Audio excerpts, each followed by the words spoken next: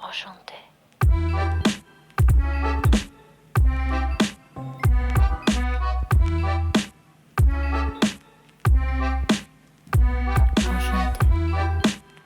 FinTrends est une série de podcasts dédiés aux tendances et aux actualités du secteur de la finance. Lancée par Sopra Banking Software, cette série fait intervenir des experts pour commenter les sujets brûlants du secteur. Je m'appelle Caroline Béguin et nous enregistrons aujourd'hui le 2e épisode de FinTrends avec Bruno Cambounet pour décrypter la notion d'open banking. On parle de l'open banking depuis une dizaine d'années, c'est devenu un buzzword marketing à tel point que c'est un sujet devenu protéiforme et son objet est loin d'être précis. Dans l'épisode précédent, nous étions revenus sur la genèse de l'open banking, mais où va-t-on aujourd'hui ? Dans cet épisode, nous allons parler d'écosystème et notamment de la façon dont le partage des données a ouvert le début des collaborations en temps réel entre les banques et les fintechs. Nous verrons également comment l'open finance permet de répondre davantage aux opportunités offertes par le partage des données.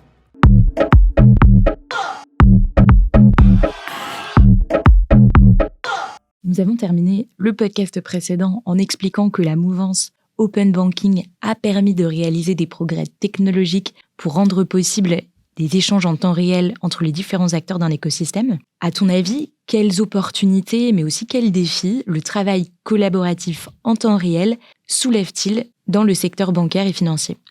Le mot important dans ce que tu dis, c'est le temps réel.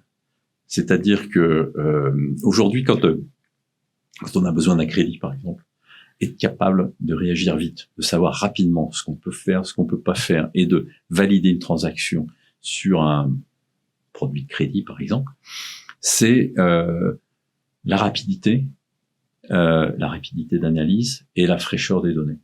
Donc, l'opportunité, c'est vraiment ça. C'est le fait d'ouvrir de façon sûre et d'ouvrir sur des données fraîches qui permet effectivement à des tiers d'analyser ce qui est possible, ce qui est pas possible, de faire en sorte que l'organisme de crédit, la banque en général, puisse prendre une décision face au risque que ça représente eu égard aux données qu'elle peut voir. Et ça, c'est vraiment l'opportunité.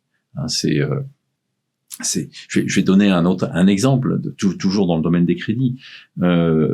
Aujourd'hui, on sait que pour avoir accès à la propriété ou pour avoir accès à un prêt conséquent, sans avoir un contrat à durée indéterminée, c'est assez compliqué. Et en fait, jusqu'à présent, tous les octrois de crédit se faisaient sur le fait ou non, on avait un contrat à durée indéterminée qui permettait de fixer un niveau de revenu sur lequel on pouvait baser une analyse et un octroi de crédit. Aujourd'hui, parce que on a accès à un historique de transactions, on peut faire une analyse qui soit beaucoup plus fine, pas simplement sur les revenus que l'individu, le consommateur, peut percevoir, mais surtout, et ça c'est le plus important, sur sa capacité à gérer sa finance, à faire en sorte de ne pas être en découvert le 15 du mois tous les mois, à faire en sorte d'avoir un compte qui est toujours en positif, qui est bien géré, sur lequel il n'y a pas d'incident, etc. Le risque, et cette même personne, elle peut avoir des successions de contrats à durée déterminée ou des contrats à temps partiel. C'est pas ça qui est important. Ce qui est important, c'est comment elle gère sa finance. Moyennant quoi, l'approche de l'analyse du risque va être différente. Donc ça, c'est essentiel, tu vois. Le partage en temps réel, la fraîcheur des données, la complétude des données, l'agrégation l'ensemble des données, ça, c'est un apport, mais fantastique de l'open banking. D'ailleurs, les organismes de crédit parlent de révolution de l'open banking en ce qui les concerne. On imagine sur l'ensemble des services financiers qu'on peut imaginer, le fait d'avoir une finesse des données, une finesse d'analyse, ça peut permettre de proposer des services à valeur ajoutée qui seront parfaitement, enfin en tout cas mieux adaptés et mieux personnalisés aux situations particulières des uns et des autres. L'open banking, d'une manière générale, c'est ça que ça permet. Alors, les défis, c'est de pouvoir faire ça en temps réel, tout le temps, avec une bonne disponibilité, avec une responsabilité des acteurs impliqués qui soit en regard des risques qu'ils prennent, etc., etc. Ça, c'est notre histoire. Et alors, d'après toi, quel est le rôle des fintech dans cet écosystème ?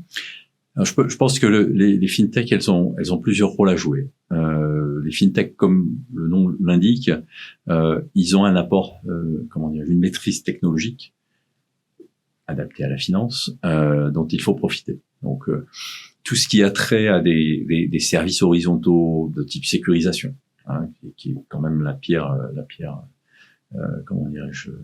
fondatrice de tout ce dont on se parle.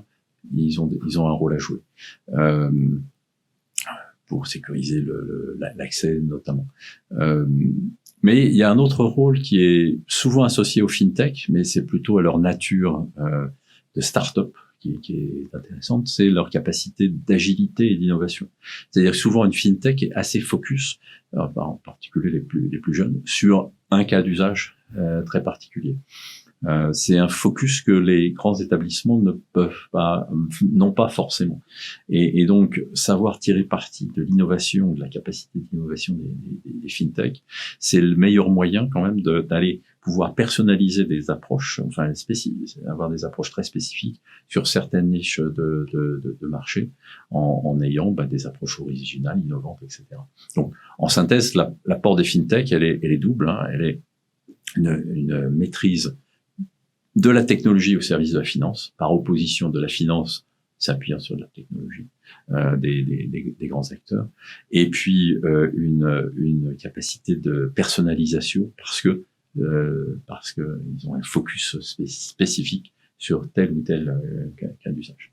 C'est pas étonnant que dans l'open finance, l'open banking, on voit apparaître des fintech qui soient super spécialisés sur l'évaluation de la santé financière d'une personne ou d'une entreprise. D'ailleurs, ce sera certainement 2 fintech différentes qui vont traiter l'un et l'autre des cas. Alors, de toute évidence, la collaboration entre les fintech et les banques est cruciale pour créer les nouvelles offres open de demain. À ton avis, quels vont être les prochains chantiers d'envergure pour les banques et les fintech en termes de nouvelles offres à créer ? Tout d'abord, je pense qu'il faut aller dans l'open finance. C'est-à-dire que l'open banking qui était très focus sur les paiements, c'est un sujet qui a permis de mettre en place les bases, les fondations d'une architecture et d'une approche d'open finance au sens large. Donc, ce qui est en train de se passer en ce moment même avec la proposition de la Commission européenne sur le sujet, eh bien, c'est un véritable enjeu, c'est un chantier d'envergure, on en reparlera peut-être tout à l'heure.